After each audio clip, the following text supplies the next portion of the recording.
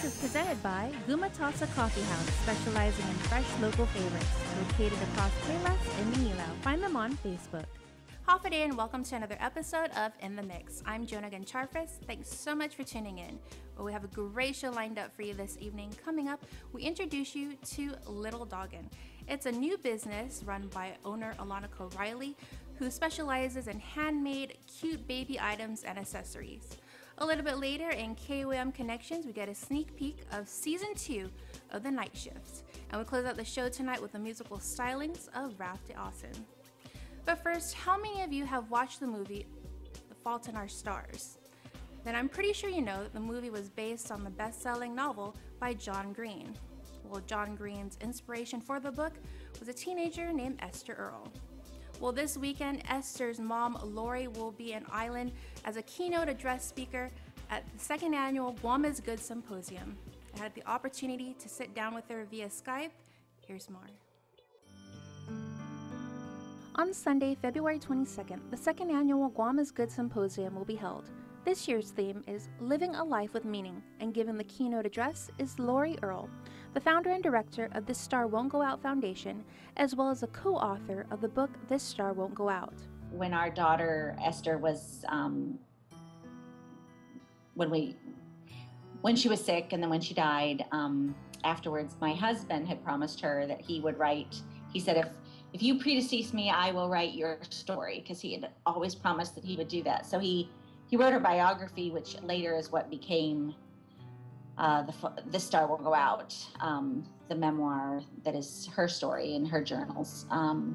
He wrote it more as a biography initially. And so he kind of threw himself into that as his way of dealing with losing Esther. And for me, I just said, oh my gosh, we've got this money coming in, because John Green, who wrote The Fault in Our Stars, was still promoting Esther's bracelet, and Esther had left us. And so we said, what are we going to do with this money? So I said, let's start giving it away. And that's kind of what birthed the foundation. Lori's daughter Esther was diagnosed with thyroid cancer at age 12. It was in 2010 that she died shortly after turning 16, but not before inspiring thousands through her growing online presence. You see, Esther, which means star in Persian, was the inspiration for John Green's best-selling novel, A Fault in Our Stars, which was also turned into a movie. Esther definitely had become friends with, John because she met him first at a convention that was actually a Harry Potter fandom convention.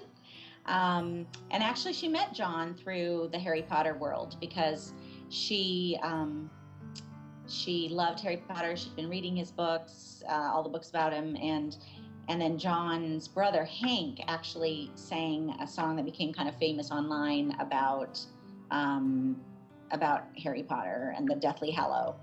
And Esther had found that song. When she found the song, she found John and Hank and found that they did videos, and she started getting really interested in video blogging. And then, of course, she started reading all of John's books.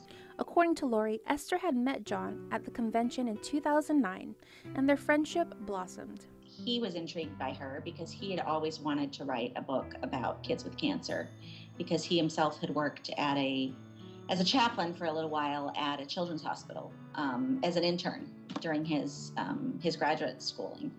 And he always thought, he had worked on a story about that time that just kind of never went anywhere. And he tells it funny, like there was always this handsome chaplain, and and the story just never took off.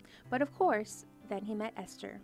And after she died, he just sat down, threw away what he had, and wrote the story that became The Fault in Our Stars.